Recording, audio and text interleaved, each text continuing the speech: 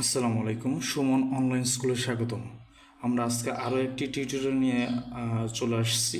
আজকের টিউটোরিয়াল টপিক্সটি হচ্ছে সুদ আসল। সুদ আসলের বাকি অংশগুলো আমরা আলোচনা করব। প্রথম যে কোশ্চেনটি সেটি বলা হচ্ছে যে কোনো আসল টাকার 5 বছরের সুদ আসলের 5/8 হলে বার্ষিক শতকরা সুদের হার কত? এই অঙ্কটা, এই ফ্র্যাকশন যখন থাকবে তখন একটু ক্রিটিক্যাল। আমরা আসল এখানে ধরে নিতে পারি, আসল 100 ধরে নিতে পারি। তো সবচেয়ে ভালো যে জিনিসটি সেটা হচ্ছে যদি এরকম ফ্র্যাকশন থাকে, এবং ফ্র্যাকশনের একটি অঙ্কেতে যদি বসিনেরও উল্লেখ থাকে, তখন আমরা আসলটা ধরবো হচ্ছে নিচের হরটাকে। আবারও বলতেছি, যে শব্দের সাথে বৈষ্ণবটা উল্লেখ আছে ওইটি আমরা ধরবো হচ্ছে হর হিসেবে। অর্থাৎ এখানে আসল যদি আমরা 8 ধরি আর সুদ যদি 5 ধরি, তাহলে আমাদের অঙ্কটা একটু ইজি হবে। 100 ধরেও করা যাবে, অথবা আসল এক্স বা ধরেও করা যাবে। তো আমাদের অঙ্ক করার সুবিধার্থে আমরা ধরি আসল হচ্ছে 8 টাকা। আসল হচ্ছে 8 টাকা। তাহলে সুদ হবে 5 টাকা। সুদ হচ্ছে 5 টাকা। তাহলে আমরা যদি সূত্র প্রয়োগ করি, তাহলে এই প্রথম অংশ থেকে আমরা কি কি পাচ্ছি? আমরা পাচ্ছি সময়টা পাচ্ছি, আমরা আসল পাচ্ছি, সুদও পাচ্ছি। সো অটোমেটিকলি রেটটা বের হয়ে যাবে। তাহলে আমরা জানি আই সমান PNR/100। তাহলে আমরা বাংলায় করি। আই বলতে সুদ হচ্ছে 5 টাকা, পি বলতে হচ্ছে 8 টাকা, এন হচ্ছে 5 বছর, এর হচ্ছে 5 বছর, আর তো আমাকে বের করতেই হবে। তাহলে 100। আমাদের আগের ক্লাসগুলোতে যেভাবে বলা হচ্ছিল যে এই 5 আর এই 5 আমরা কাটতে পারবো।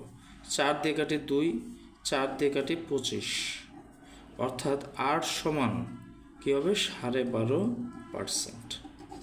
এটাই উত্তর।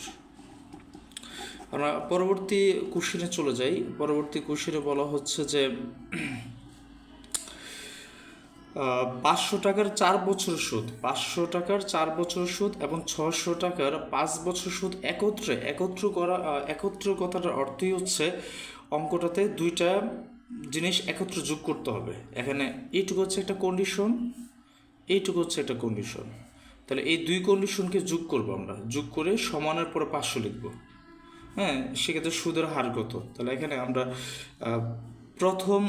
প্রথম শর্ত মতে কী পাই? প্রথম শর্ত মতে আমরা কি পাচ্ছি? এখানে আসল পাচ্ছি, পি পাচ্ছি 500 টাকা, তারপরে এন পাচ্ছি 4 বছর, রেট তো জানা নাই। দ্বিতীয় শর্ত মতে আমরা প্রথম শর্ত মতে আই সমান PN এর সূত্র প্রয়োগ করতে পারি।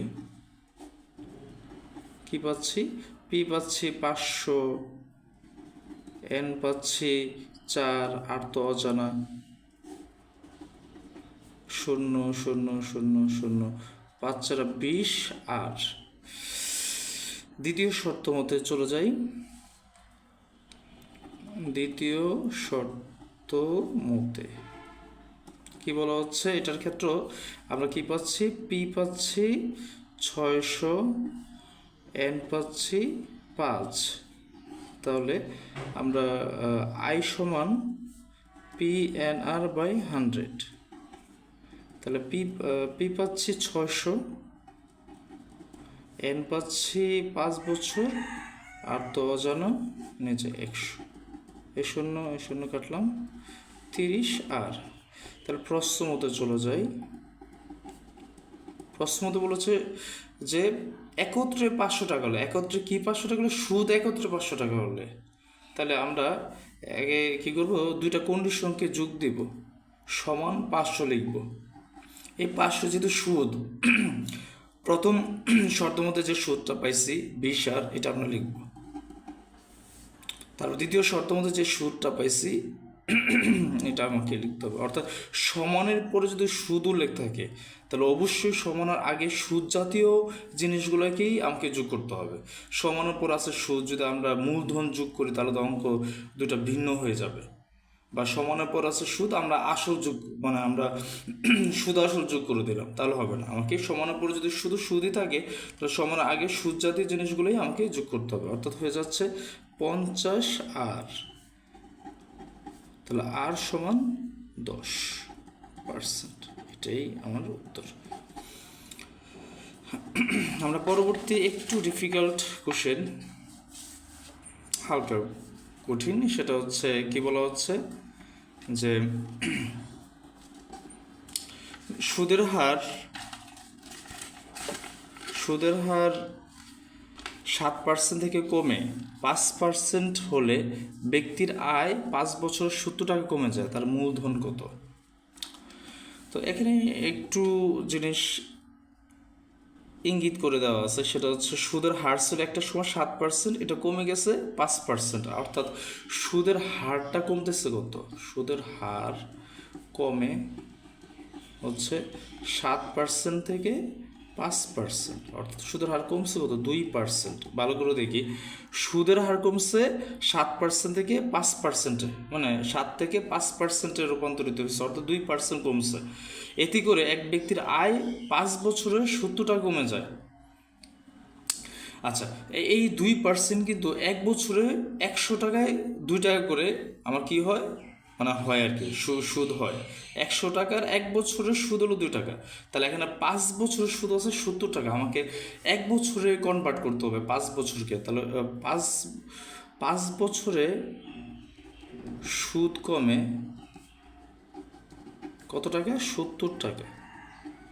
তাহলে যেহেতু এখানে 2% মানে বলা হচ্ছে যে এক বছরের সুদ কমে 2 টাকা, তাহলে আমাকে যদি এক বছরের সুদ কমাটা বের করে নিতে পারি 70/5 অর্থাৎ 14।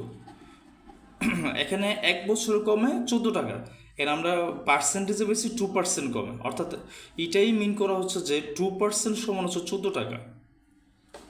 2% সমান হচ্ছে 14 টাকা আর কি। তাহলে 2% সমান যদি 14 টাকা হয়, 2% সমান যদি 14 টাকা হয়,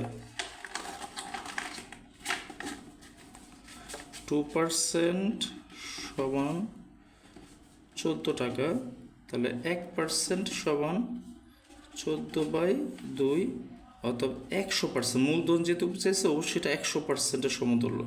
14 × 100/2 অর্থাৎ 700 টাকা। এটাই অ্যান্সার।